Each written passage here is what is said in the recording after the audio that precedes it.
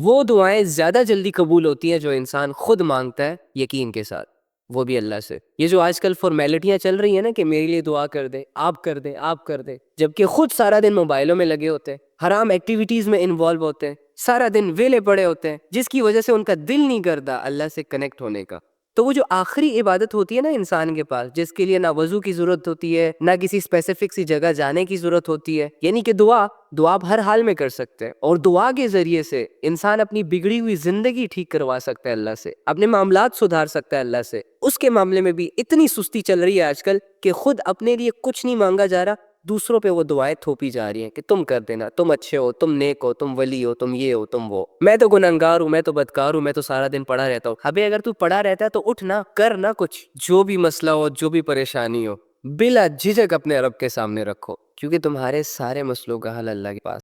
تم اللہ سے مانگو یا نہ مانگو، اللہ ہی نے تمہارے مسئلے حل کرنے۔ تم عاملوں کے پاس جاؤ، تم درباروں پہ جاؤ، تم نے جہاں جانا ہے بھائی جاؤ، لیکن مسئلے تمہارے سالو ہوں گے تو کس سے ہوں گے؟ اللہ سے۔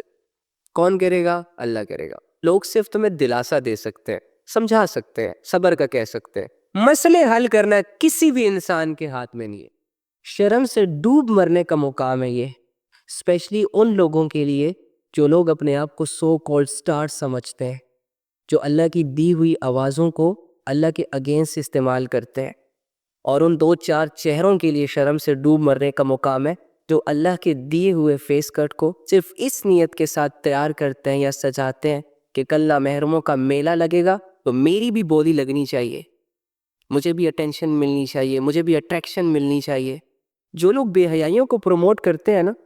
اور جو بے حیائیوں کا حصہ بنتے ہیں ڈائریکٹلی یا انڈائریکٹلی، تو وہ ایک بات ذہن نشین کر لے کہ بے حیائی کی جگہ کسی بھی مذہب میں نہیں ہے، بے حیائی کسی مذہب کا حصہ ہی نہیں ہے، یہ ایک گری پڑی چیز ہے،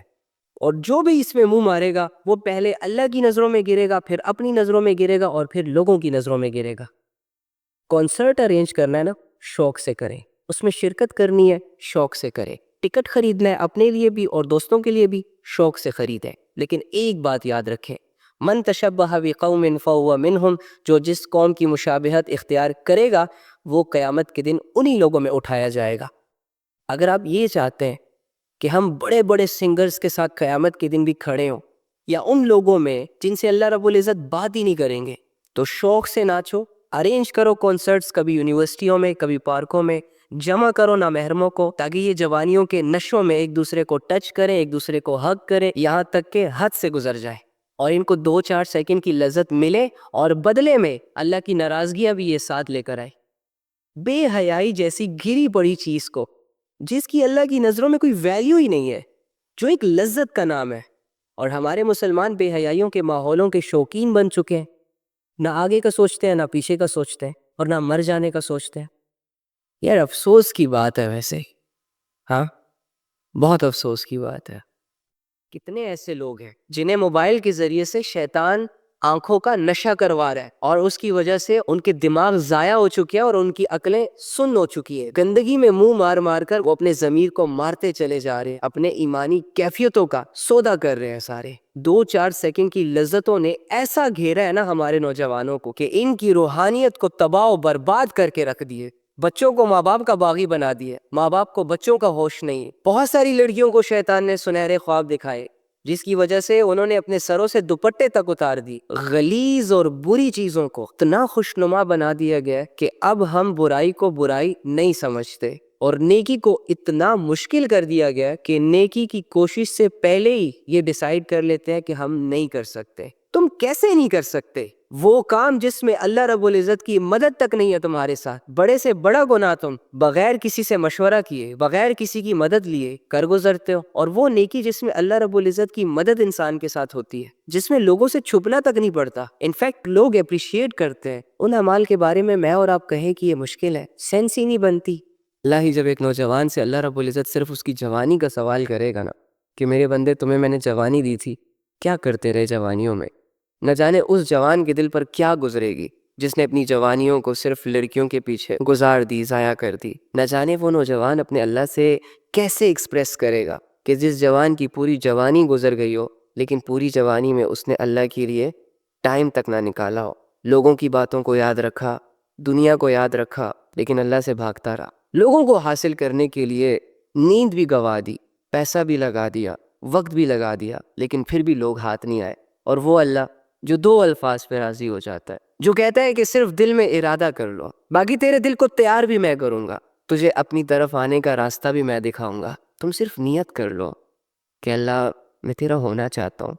اللہ میں تھک چکا ہوں، یہ دنیا اور دنیا کے لوگ اور دنیا کی لذتیں مجھے تجھ سے دور لے کر جا رہی ہیں، اللہ میں جانا نہیں چاہتا، اللہ صبح آنکھ کھولنے سے لے کر رات کو آنکھ بند کرنے تک دنیا مجھ سے کھیل رہی ہے، لوگوں کے ہاتھوں کا ایک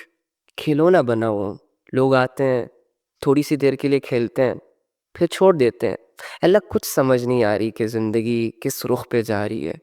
میں اپنے لیے اچھے فیصلے نہیں کر پا رہا، مجھے پتہ ہی نہیں ہے کہ تو کہاں ہے، مجھے پتہ ہی نہیں ہے کہ تو کون ہے، میں نے تو آج تک آپ سے اپنی فیلنگز ہی نہیں شیئر کی، میں نے تو آج تک آپ کو پکارا تک نہیں، احساس تو کرو،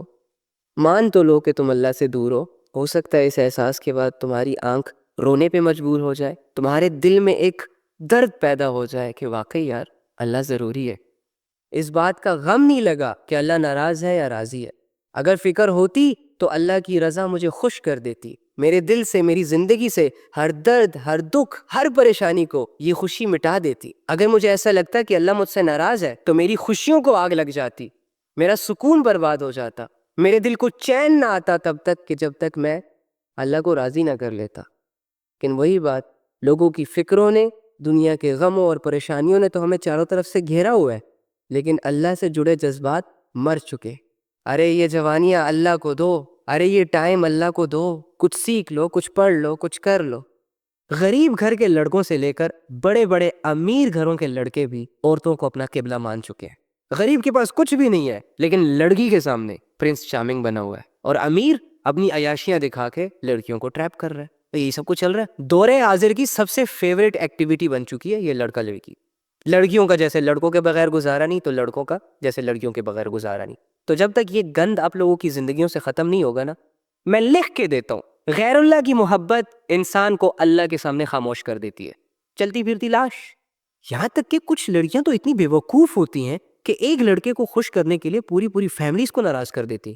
لڑکوں کی ناجائز باتیں پوری کر رہی ہیں، لڑکا جب لڑکی کو بلا رہا ہے تو لڑکی کیوں جا رہی ہے، اللہ نے منع نہیں کیا اس کو، میں لڑکوں کی بات ہی نہیں کر رہا نا، وہ تو اس وقت فل نشوں میں ہے، وہ تو اگر زنا کرتے ہوئے پکڑے بھی گئے نا تو ان کو سال 2 سال کے بعد مل جائے گی کوئی نہ کوئی، وہ تو مکر جائے گا، لیکن اس لڑکی کا کیا، کسی نے بھی اگر اس کو کہہ دیا کہ سارا کیا دھرا اس کا ہے تو 100 بندوں کے سامنے چلو لڑکا تو یہ کہہ دے گا کہ میری غلطی نہیں ہے اس کی ہے، یہ لڑکی کیسے کہے گی، کیسے یقین دلائے گی، اس لڑکی کی مینٹالٹی تو اتنی ویک ہوتی ہے کہ یہ تو اپنے آپ کو جسٹیفائی تک نہیں کر سکتی، کوئی بھی ایرا ویرا اس موبائل فون کے ذریعے سے اپروچ کرتا ہے ایک لڑکی کو، گھر بیٹھی لڑکی کو، اور 2-4 مہینے کے بعد گھر کی 4 دیواری تک کراس کروا دیتا ہے،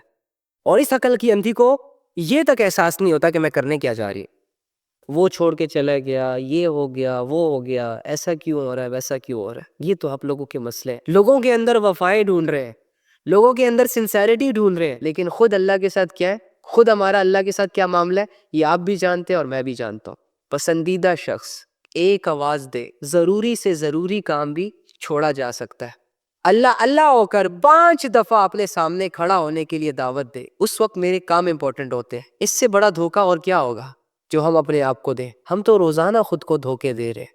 اور روزانہ اپنے آپ کو مطمئن کر رہے ہیں کہ کچھ نہیں ہے، سب ٹھیک ہے، سکوپ چل رہا ہے، ڈونٹ وری، تو اکیلا نہیں ہے اللہ کا باغی، پوری دنیا اللہ کی بغاوت پہ اتری ہے، کیا خوب موٹیویشن ہے یار، کیا زبردست حکمتیں ہیں ہماری، لیکن میرے بھائی مرنے کی دیر ایسے، میرے مرنے پر جو میرے سامنے حقیقتیں کھلیں گی نا اس کو میں جھٹلا نہیں پاؤں گا، میرا ایک ایک گندا عمل، میرا ایک ایک گناہ مرنے کے بعد جب ڈراؤنی شکلیں اختیار کریں گی نا اس وقت میں چیخ چیخ کے کہوں گا کہ میں نے یہ اعمال کیوں کیے تھے، میں نے ان راستوں کا انتخاب کیوں کیا تھا جو راستے انسان کو اللہ سے دور لے جاتے ہیں، میں ان لوگوں میں کیوں اٹھا بیٹھا تھا جو لوگ دنیا کے پجاری تھے، جو صبح و شام دنیا دنیا اور دنیا کی فکروں میں غرق تھے، میں نے کیوں وقت نہ نکالا اپنے رب کے لیے، اللہ رب العزت نے ہمیشہ میرے رازوں پر اور میرے گندے اعمال پر پردہ رکھا، جس رب نے اس حد تک میرے ساتھ نبھائی، میں پوری زندگی اس رب کے سامنے صرف 2 منٹ سنسیریٹی کے ساتھ کھڑا نہ ہو سکا ہوں، دیکھ بھائی سمجھتے ہو نا مجھے، تو ایک بات مان لو بس، گندے راستوں کو چھوڑ دو، آپ یقین کرو یہ جو گندے راستے ہوتے ہیں نا یہ بہت آسان ہوتے ہیں، سم ٹائمز انسان کو بہت بڑی بڑی کامیابیاں دے جاتے ہیں، لیکن گندے راستے پر چل کر جو چیزیں بھی انسان کے پاس آتی ہیں، جو کامیابی بھی انسان اچیو کرتا ہے، آپ کو کبھی بھی سکون نہیں دے سکتی۔ ان راستوں پر چلتے ہوئے انسان جو بھی خواب دیکھ رہا ہوتا ہے وہ سب جھوٹ ہوتا ہے، ان کی کوئی حقیقت نہیں ہوتی، ان کی کوئی ویلیوز نہیں ہوتی۔ لیکن یہ گندے شوق، یہ گندے اعمال، یہ گندے راستے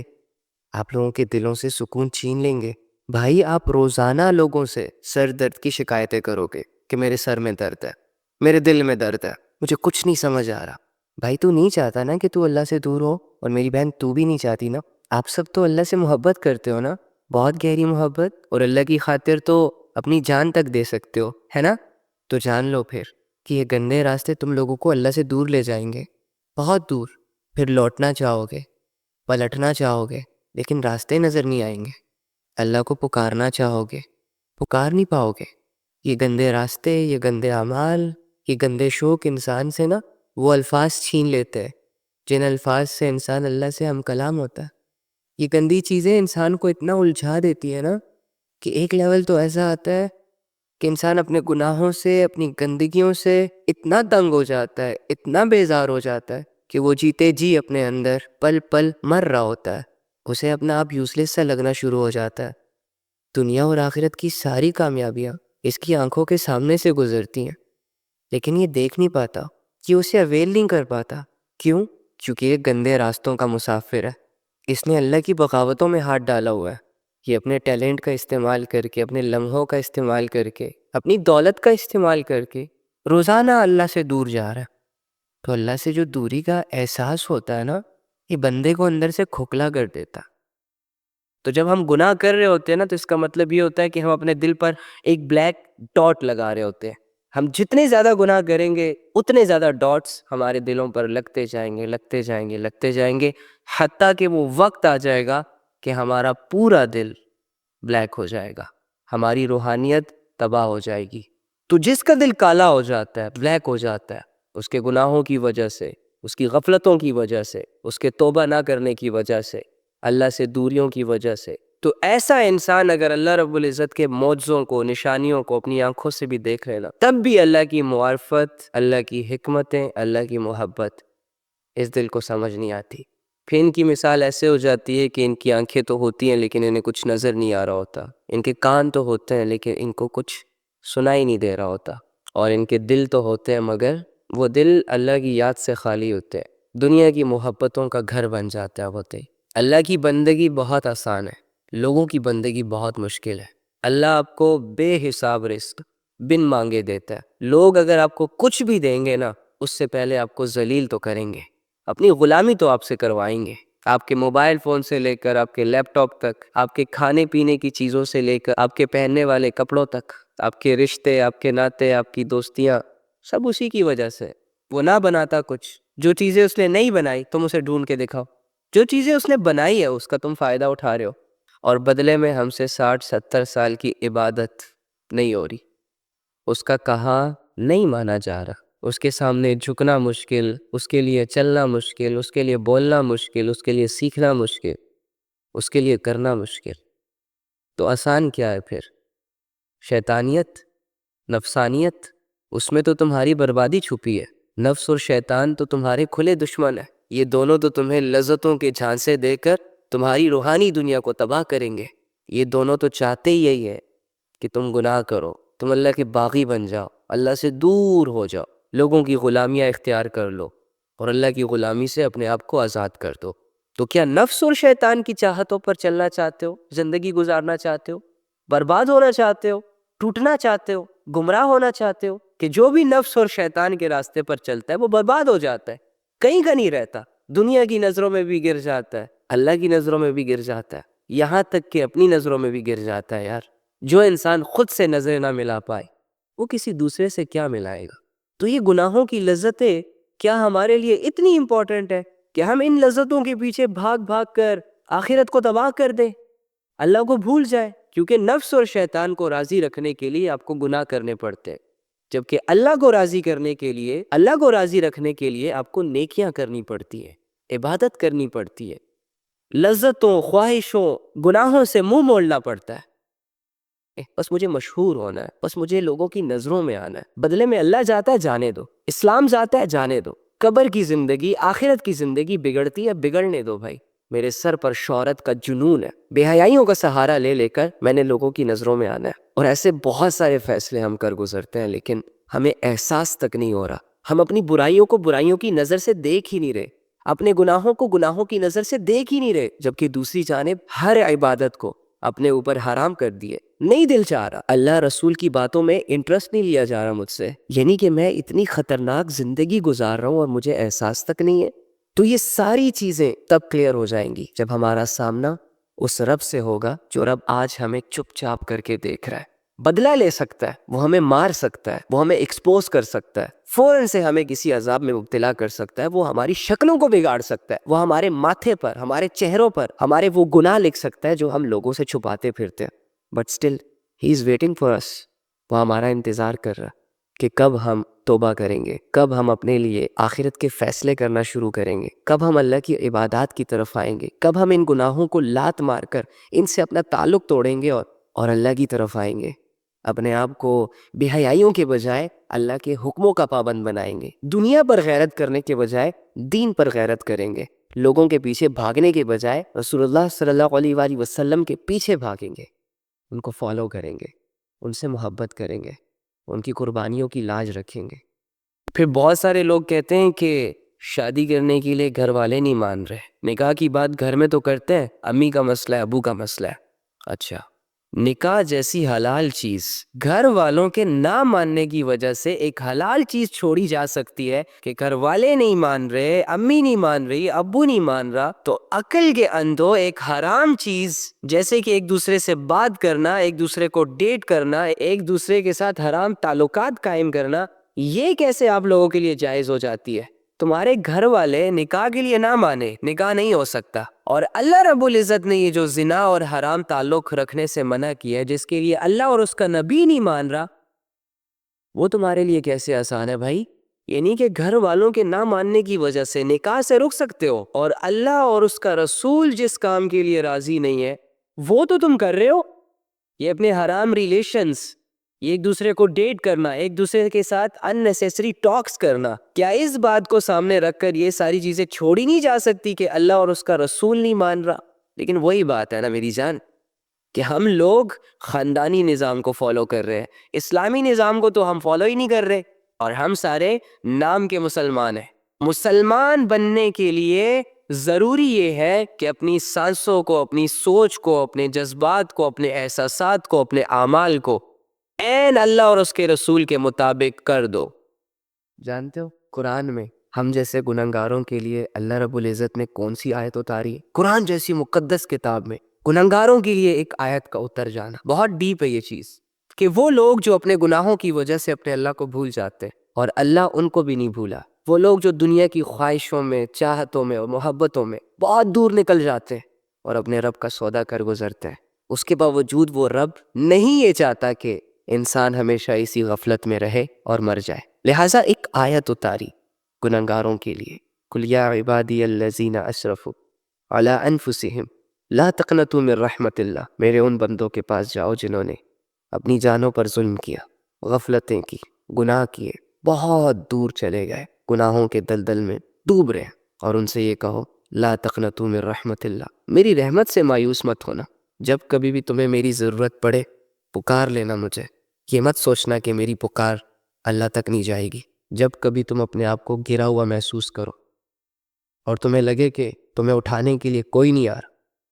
تو وہ رب جسے تم بھول چکے ہو، وہ رب جس کی نافرمانیوں پر تم اتر چکے ہو، اسے پکارنا، مایوس نہ ہونا، وہ بے سہارا لوگوں کا سہارا ہے، گنہگاروں کے گناہوں کو معاف کرنے والا۔